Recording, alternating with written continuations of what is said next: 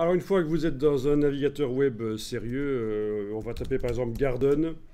Vous êtes tous au courant que éventuellement vous avez de la concurrence sur le web, puisqu'il existe des images sur le web que vous avez le droit d'utiliser même sans payer de droits commerciaux, justement, sans rien payer. C'est les images du domaine public. Alors si vous tapez public domaine entre guillemets, vous arrivez, c'est une des manières d'arriver à ces images-là.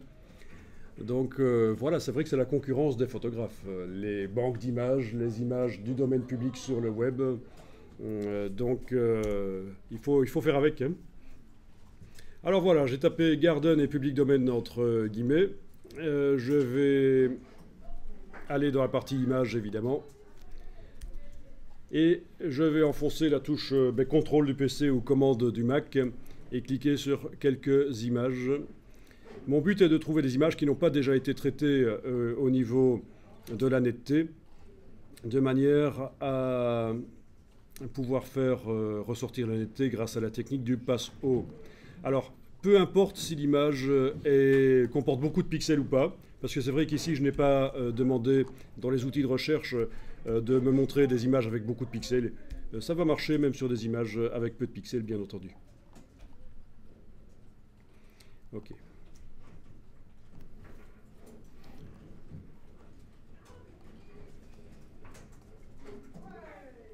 Donc on est bien d'accord, une fois que vous avez cliqué sur une vignette dans le résultat, vous arrivez à quelque chose qui ressemble à ça, et vous cliquez sur afficher l'image pour afficher vraiment la vraie image, celle que vous allez télécharger. Parfois ça ne marche pas, passez à une suivante alors. Alors ce que j'ai fait pour aujourd'hui, c'est que j'ai créé un dossier qui porte la date d'aujourd'hui, donc vous pouvez également créer un dossier qui va porter la date d'aujourd'hui.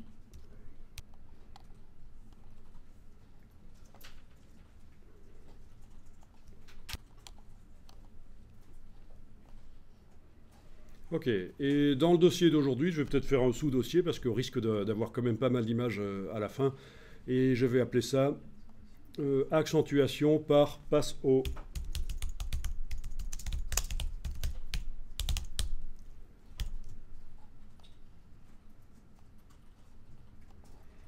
Alors, les images qui sont clairement déjà accentuées ou qui comportent trop peu de pixels vraiment, je ne les intègre pas en fait. Hein.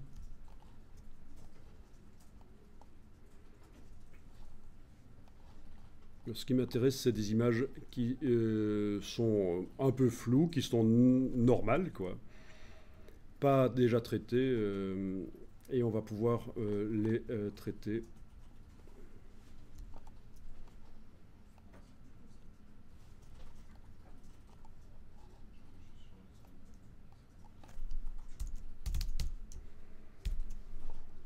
Vous n'enlevez pas l'extension de fichier quand vous enregistrez, sinon ça risque de poser des problèmes, notamment dans InDesign. Si on amène ça dans InDesign, ça va poser des problèmes. Ok, avec 2-3 images, c'est bon. Hein, il ne faut pas énormément d'images.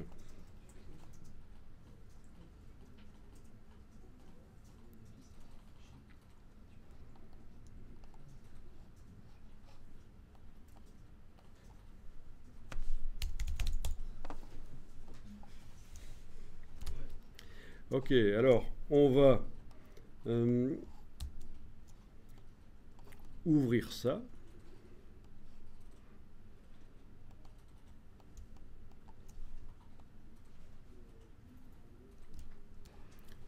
Donc touche F pour passer plein écran sur une des images que j'ai ouvertes. C'est pour ceux qui sont sur Mac, donc ceux qui sont sur PC n'ont pas besoin de faire ça. Pour passer les images en revue, c'est CTRL tabulation. CTRL tabulation. Pour aller en arrière dans les images, en supposant que vous en avez plus que 3, plus que 2, pour aller en arrière, ce sera CTRL majuscule tabulation. Donc ça passe en revue les images, mais dans l'autre sens. Donc c'est comme dans les navigateurs web, ça fonctionne comme ça aussi les onglets. Hein. CTRL tabulation, CTRL majuscule tabulation. Ça passe en revue dans un sens ou dans l'autre. Ok. Alors, palette des calques. Déjà, je suppose que votre Photoshop, oui, on va voir s'il est indiqué ici en haut à droite, les indispensables. Il est indiqué ça? Ok, dans le menu, si vous voulez, vous pouvez aller dans le menu et demander réinitialiser les indispensables. Comme ça remet les palettes en place. au cas où elle serait pour l'instant un peu n'importe comment chez vous. Donc c'est en haut à droite, les indispensables, et dans le menu, on demande réinitialiser les indispensables. C'est ce qui correspond aussi à fenêtre, espace de travail, réinitialiser les indispensables. Donc c'est juste une configuration de palette que Adobe considère comme étant indispensable pour tout type de travail. C'est vrai qu'il y a une configuration photographie, mais on fera apparaître les palettes au fur et à mesure, nous, il n'y a pas de problème. Ok, alors, l'accentuation par passe haut. Vous avez donc une image qui n'est pas extrêmement nette. Vous êtes au courant que tous les appareils photo photographient flou. C'est fait exprès. On vous a jamais dit ça? Bon, je vous montre. Donc en fait, il y a toujours de la netteté qui est nécessaire par la suite. Il faut la mettre à un endroit ou l'autre. Alors il y a possibilité de mettre de la netteté dans Lightroom, mais ça peut se faire aussi dans Photoshop. Et alors j'ai expliqué la technique qu'on va voir maintenant, je l'ai expliqué à quelqu'un qui utilise Lightroom dernièrement, et qui utilise la netteté de Lightroom et qui m'a dit, tiens, quand on finit dans Photoshop avec la technique du passe haut, ça va encore plus loin, c'est encore mieux. Ça va encore plus loin que ce qu'on a pu faire dans Lightroom au niveau netteté. Et donc, ça n'est pas contradictoire, ce n'est pas l'un ou l'autre, la netteté dans Lightroom ou dans Photoshop. Vous pouvez compléter la netteté de Lightroom avec celle de Photoshop.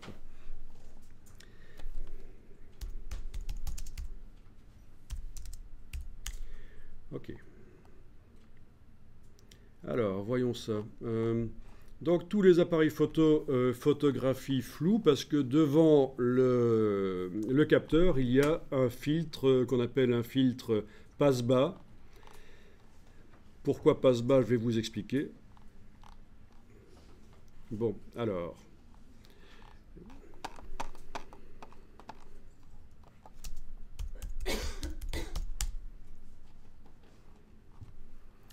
Que je retrouve cette petite image qui montre le filtre passe-bas. Ok.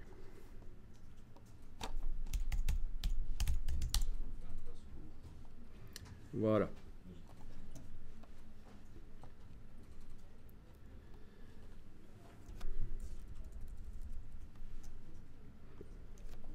Donc, devant le capteur, dans les appareils photo, vous avez un filtre passe-bas qui sert à rendre les choses floues, en fait. Pourquoi? Ben, c'est pour éviter les moirages, parce qu'un capteur d'appareil photo, c'est un réseau régulier, et quand on photographie des choses dans la réalité qui elles-mêmes sont un réseau régulier, s'il n'y avait pas cette chose qui rend flou devant le capteur, eh bien, on aurait des moirés. Les moirés, pour ceux qui ne connaîtraient pas, je vous montre ici. C'est le même mot en anglais, en fait. Voilà, c'est quand on superpose deux réseaux réguliers, on a des lignes qui apparaissent, des dessins. C'est ce qui se passe quand on photographie des réseaux réguliers dans la réalité, et ça interfère avec le réseau régulier du capteur, et on obtient des moirés. Typiquement, les vestons, c'est connu qu'on dit aux personnes qui passent à la télévision, ne mettez jamais un veston avec des lignes régulières, parce que ça fait des moirés. Ben vous les voyez là, hein, les lignes là qui apparaissent. Malgré le passe-bas, comme tu dis, il y a quand même encore parfois... Oui. Dans des cas extrêmes, malgré le passe-bas, il y a encore des moirés qui peuvent apparaître. Comment on fait? C'est vrai que moi, j'ai déjà eu le cas et je ne sais pas comment faire. Pour éviter les moirés, Ouais. ben, il faut... en photographiant quoi? Des tissus ou... Ouais. Ben, dans ce cas-là, il faut peut-être réduire la zone de netteté, je veux dire, ne pas focaliser exactement sur le tissu, faire en sorte que ce soit flou quand ça arrive. Voilà, rendre flou. En ne faisant pas la netteté exactement comme elle devrait être à la prise de vue. Ça serait une solution, ça. Alors, si je vous parle du Nikon D800 ici, c'est parce qu'en fait, il est en deux versions. Vous avez déjà entendu parler du D800E, qui justement photographie plus net, lui, mais peut avoir des problèmes de moiré. Le D800E est un appareil qui va photographier plus net. Notamment, il est utile évidemment pour ceux qui font des photos d'astronomie, en fait, les étoiles, ou des photos naturelles où il n'y a pas de possibilité d'avoir des réseaux réguliers qui vont interférer comme quand on photographie du tissu ou des buildings ou des choses comme ça. Vous voyez la différence, ça c'est un petit extrait d'une photo et on voit la différence en fait au niveau de la netteté avec le D800E qui ne rend pas flou au moment de la photographie. Donc tout ça pour expliquer que il faut il faut de toute façon rendre net par un post-traitement après dans les logiciels en fait. Mais que si vous êtes vraiment intéressé par les photos super nettes, ben, dirigez-vous vers un appareil photo comme le D800E qui n'a pas le filtre passe-bas et qui va donc photographier d'origine nette en sachant que ça risque de vous faire des moirés dans certains cas. Alors avant que le D800E existe, on faisait enlever le filtre passe-bas sur les appareils. C'est une opération qui coûte 400 €. Parce que c'est assez délicat, mais ça existait. Des personnes qui voulaient photographier très net faisaient enlever le filtre passe-bas devant le capteur de leur réflexe. Maintenant, ce n'est plus nécessaire, puisqu'il existe des marques qui ont compris qu'elles ont l'intérêt à proposer leurs appareils en deux versions. Une version avec filtre passe-bas et une version avec filtre et sans filtre. Pourquoi est-ce qu'on appelle ça le passe-bas? Ben, c'est parce que dans la réalité, enfin, je veux dire, dans le monde de l'infographie ici, on parle de haute fréquence quand on a affaire à des endroits qui ont beaucoup de détails. Et quand ce sont des endroits de l'image qui ont peu de détails, parce que ce sont des aplats, on va plutôt parler de basse fréquence. Donc, haute fréquence quand il y a beaucoup de détails, c'est foisonnant de détails. Basse fréquence quand il y a peu de détails. Et quand on parle donc d'un filtre passe-bas qui est devant l'appareil photo, ça veut dire qu'il laisse passer il coupe les détails, hein, puisqu'il ne laisse pas passer les hautes fréquences.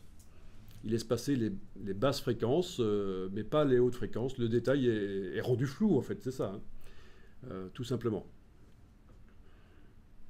Donc on ne parle pas ici de fréquence de lumière ou de choses comme ça, c'est un concept de fréquence, la quantité de détails qu'il y a à certains endroits de ce qu'on photographie.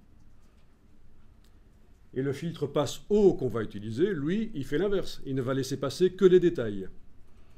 Et il ne va pas s'occuper des aplats là où il y a peu de détails. Ok, alors on y va. Dans la palette des calques que j'ai détachée, vous l'avez certainement aussi comme moi en bas à droite, la palette des calques, comme ça.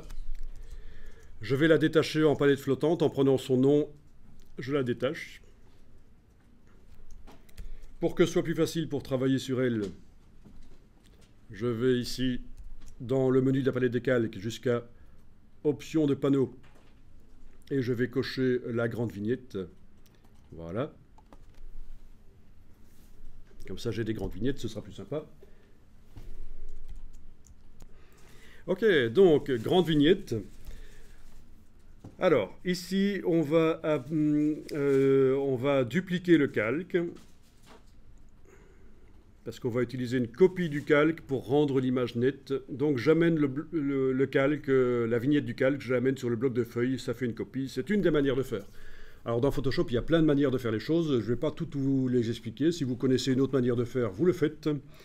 Mais voilà, donc moi j'aime bien être visuel. Hein.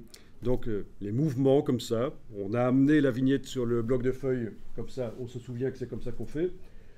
J'aime bien aussi aller dans les menus, voir les choses, plutôt que d'utiliser des raccourcis clavier en général. Donc vous étonnez pas, j'utilise parfois des choses qui ne sont pas les plus rapides, mais c'est pour qu'on se souvienne bien, surtout pour les débutants, comment ça marche. Alors on a donc arrière-plan copie, et sur cet arrière-plan copie, vous allez mettre le filtre passe haut. Donc menu filtre divers passe haut, filtre divers passe haut. Voilà. Alors, avec le filtre passe haut, vous allez régler le rayon. Qu'est-ce qu'il faut mettre comme rayon? Ben, je ne peux pas vous le dire, ça dépend de votre image, ça dépend du contenu de votre image, ça dépend de la dimension à laquelle elle est, au niveau du nombre de pixels.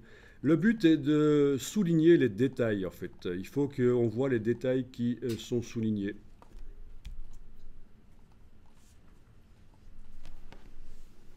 Et vous voyez qu'on n'a quasiment que des détails là-dedans, dans cette image. Je clique sur OK et on obtient donc un calque avec les pixels qui ont été modifiés. C'est le passe haut. Et ce calque, il est actuellement en mode d'application normal, donc il recouvre tout ce qui est en dessous de lui parce qu'il est en mode normal et opacité 100%. Eh bien, je vais changer son mode d'application. Je vais le faire passer à incrustation, à la place de normal.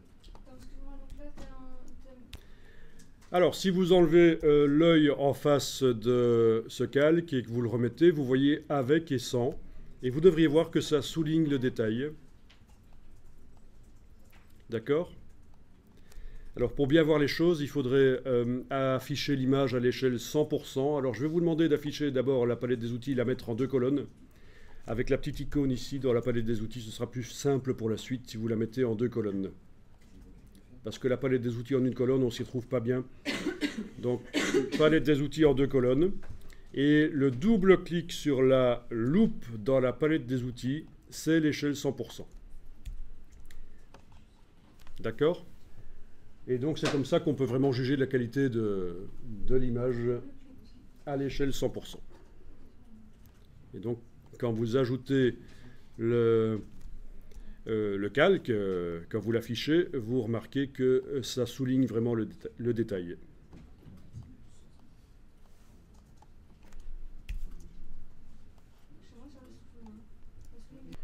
Ok, donc je vous ai parlé du double clic sur la loupe dans la palette des outils. C'est l'échelle 100%. Ça n'a rien à voir avec la dimension qu'aura l'image si on l'imprime. Mais vraiment rien à voir. Quand on parle d'échelle 100%, ça veut dire qu'on fait en sorte que chacun des points de l'écran s'affiche sur un point... Chacun des points de l'image s'affiche sur un point de l'écran.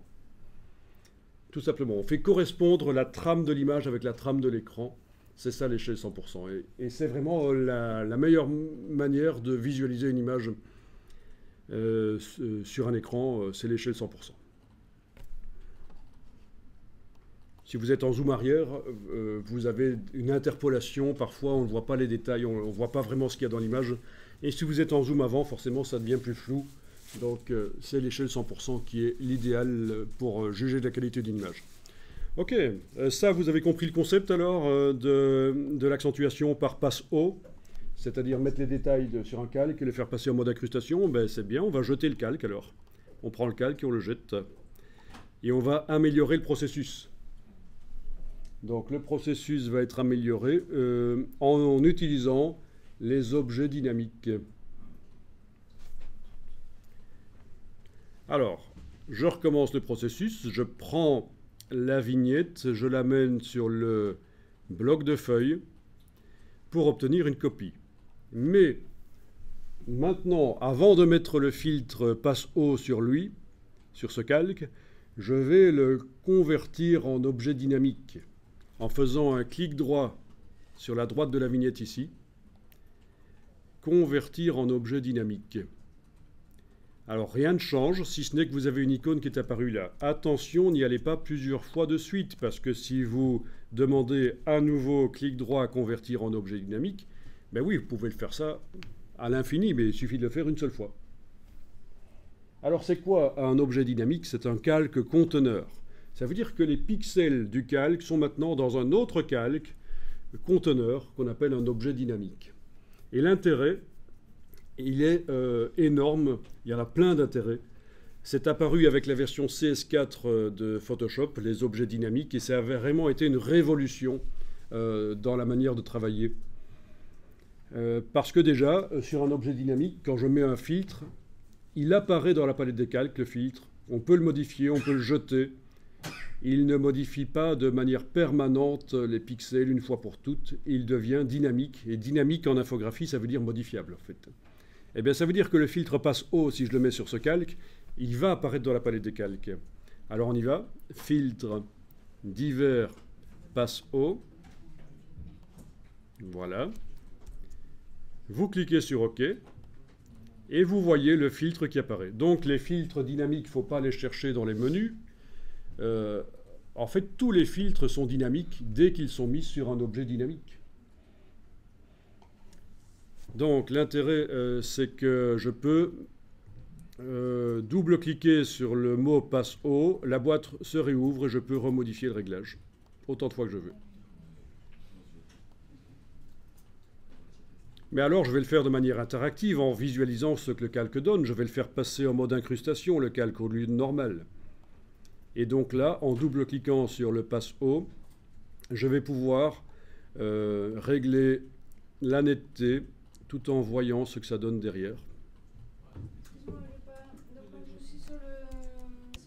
Ok, ça va, merci. Voilà.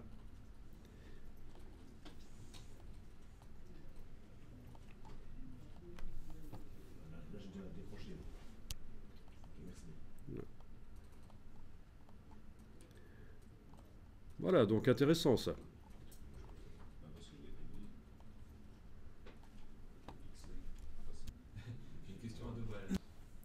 Ok, donc il est possible que le filtre de netteté, vous n'ayez pas envie de l'avoir partout. Peut-être que j'ai envie de l'avoir seulement sur l'avant-plan, mais pas sur l'arrière-plan, ou inversement.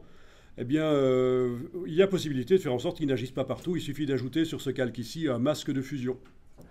Donc, vous activez, en tout cas, le calque ici doit être en surbrillance, il est sélectionné. Alors oui, on a transformé en objet dynamique pour pouvoir avoir des filtres dynamiques. Attention, il y a quelque chose que je ne vous ai pas dit. Si vous essayez avec un pinceau, par exemple, de cliquer sur ce calque, Photoshop vous met un message. Vous devez pixeliser cet objet dynamique. Qu'est-ce que vous faites à ce moment-là? Vous cliquez sur OK. Ben non, pas du tout. C'est pas parce qu'on vous dit de vous jeter dans la Meuse qu'il faut le faire. Vous connaissez l'expression. Eh bien, c'est la même chose ici. Il faut surtout toujours refuser ça, annuler. Il ne faut pas pixeliser l'objet dynamique parce que ça voudrait dire que le filtre serait intégré au calque. Ce serait la même chose que ce qu'on a obtenu tout à l'heure au tout début, un filtre non modifiable. Donc si je vous en parle ici, c'est parce que forcément ça va vous arriver. Vous allez essayer de dessiner sur un objet dynamique ou faire quoi que ce soit et le message va arriver. Il faut annuler. Il ne faut pas perdre le bénéfice de l'objet dynamique. Ok, donc sur cet objet dynamique, je vais aller ajouter un masque de fusion. Il y a différentes manières de le faire. Menu calque, masque de fusion, tout faire apparaître. Menu calque, masque de fusion, tout faire apparaître. Et voilà le masque de fusion qui arrive. Donc ça veut dire que ça gère la visibilité du calque. Donc quand un calque a un masque de fusion, il faut décider si on travaille sur la partie gauche, les pixels du calque, ou sur la partie droite, le masque. Dans ce cas-ci, je travaille sur le masque, c'est lui qui est encadré.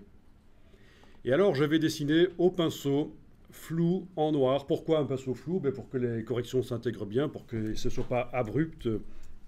La transition entre les parties traitées et les parties non traitées.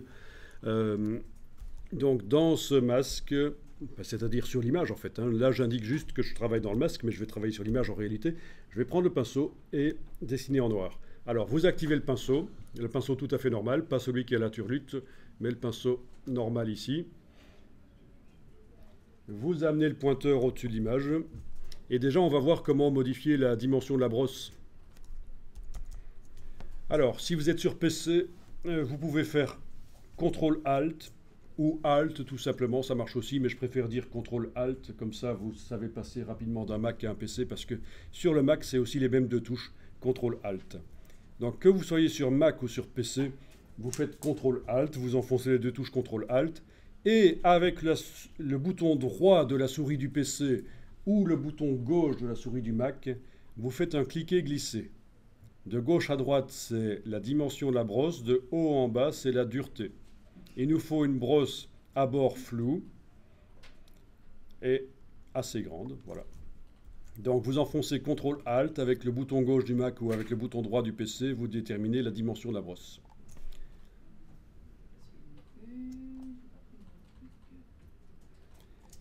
Et puis vous allez dessiner en noir. Donc attention, on dessine en fait avec la case qui se trouve ici, la case de premier plan. Certaines personnes font ceci, elles cliquent là-dessus, ce qui fait apparaître le sélecteur de couleurs, et elles vont dire qu'elles travaillent en noir en faisant ceci ou ça. Et c'est évidemment un problème, puisque nous sommes à 4% de luminosité, ce n'est pas du noir. Si vous voulez vraiment du noir, il faut le pousser au fond à gauche, et là on a 0% de luminosité. Bon, ça c'est une solution. Si vous utilisez donc ce système du sélecteur de couleurs, pensez bien à pousser la pastille vraiment dans le coin pour que ce soit vraiment du noir. Même chose quand on fait du blanc, il ne faut pas le mettre près du coin, mais vraiment dans le coin pour que ce soit du vrai blanc. Alors sinon, vous avez aussi la possibilité de cliquer sur l'icône ici et de cliquer sur la double flèche et vous avez donc du noir dans la case de premier plan et vous dessinez avec du noir et vous allez pouvoir passer à certains endroits pour empêcher le filtre d'agir. Par exemple sur les arbres ici, je passe sur les arbres, l'arrière-plan et donc j'ai empêché le filtre d'agir à cet endroit-là. La netteté n'agit pas à cet endroit-là donc. Là où je suis passé.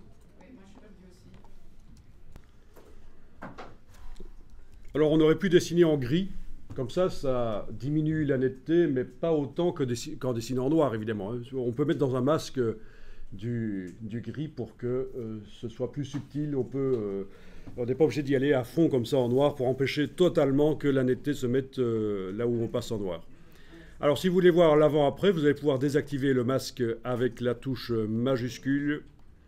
Touche majuscule, vous allez voir l'avant-après.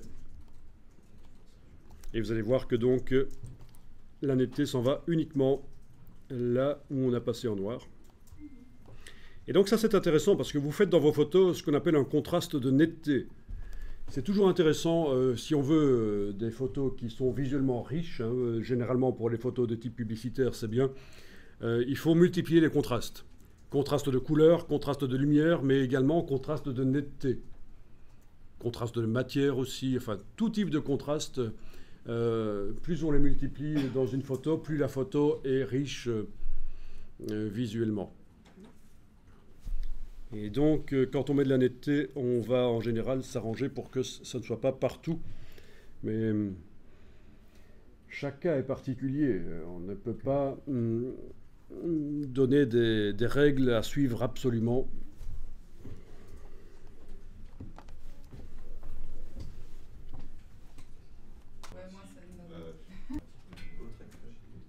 Donc, rien ne vous empêche de toujours continuer à double-cliquer sur Passe haut pour aller modifier l'intensité de la netteté. Et bien sûr, ça ne va pas s'appliquer sur la partie où vous êtes passé. On est d'accord. Bon, il faut pas y aller trop fort. Ça, c'est première remarque. Deuxième remarque, la force qu'on met ici, en fait, ça dépend de l'utilisation de l'image finale. Si elle est prévue pour être utilisée en plus petit sur le web, on doit d'abord la mettre en plus petit et puis régler. Le réglage n'est valable que pour l'image avec une certaine quantité de pixels. Donc, c'est pour ça que si c'est pour une utilisation pour le web, il faut absolument, il faudra la réduire. Et alors, remarque supplémentaire, si vous faites de l'impression pour l'offset, vous savez, les machines offset chez les imprimeurs, il ne faut pas trop mettre de netteté parce que ça parasite le processus de création des trames, les points de trame. Donc, la netteté, bien pour un affichage sur écran, bien pour un affichage, pour une impression jet d'encre, ok. Mais dès qu'il y a un processus de tramage qui intervient, il faut savoir que si les images sont trop nettes, ça va vous faire des images avec des escaliers sur les bords, des diagonales, des créneaux, ça ne va pas être joli. Le processus de création des trames offset fonctionne mieux sur des images qui sont un peu floues. Donc vous voyez les trames offset, vous connaissez tous quand vous regardez une impression de près, vous avez en fait 4 encres, cyan, magenta, jaune, noir qui se superposent avec des petits points, donc c'est ce qu'on appelle la trame. Chaque couleur a un certain angle. Généralement le noir c'est 45 degrés, le jaune ça va être à 0 degré ou 90. Qui a dit 25? Moi, je crois que ça fait trop longtemps. Oui, ça fait trop longtemps que tu as vu ça. Ici, on a les angles. Parce qu'en fait, le noir, on va la mettre à l'angle qui est le moins bien, pour lequel l'œil repère le moins bien les détails, en fait. Hein. C'est 45 degrés. Et le jaune étant une couleur très discrète par nature, on va le mettre dans l'angle pour lequel l'œil est le plus performant pour repérer les détails. C'est des lignes horizontales ou verticales. Donc c'est pour ça qu'on va le mettre à 0 degré. Donc vous voyez les différents angles qui sont là. Bon, mais ça n'a pas une importance énorme. C'est juste pour qu'on sache bien de quoi je parle quand je parle de tramage.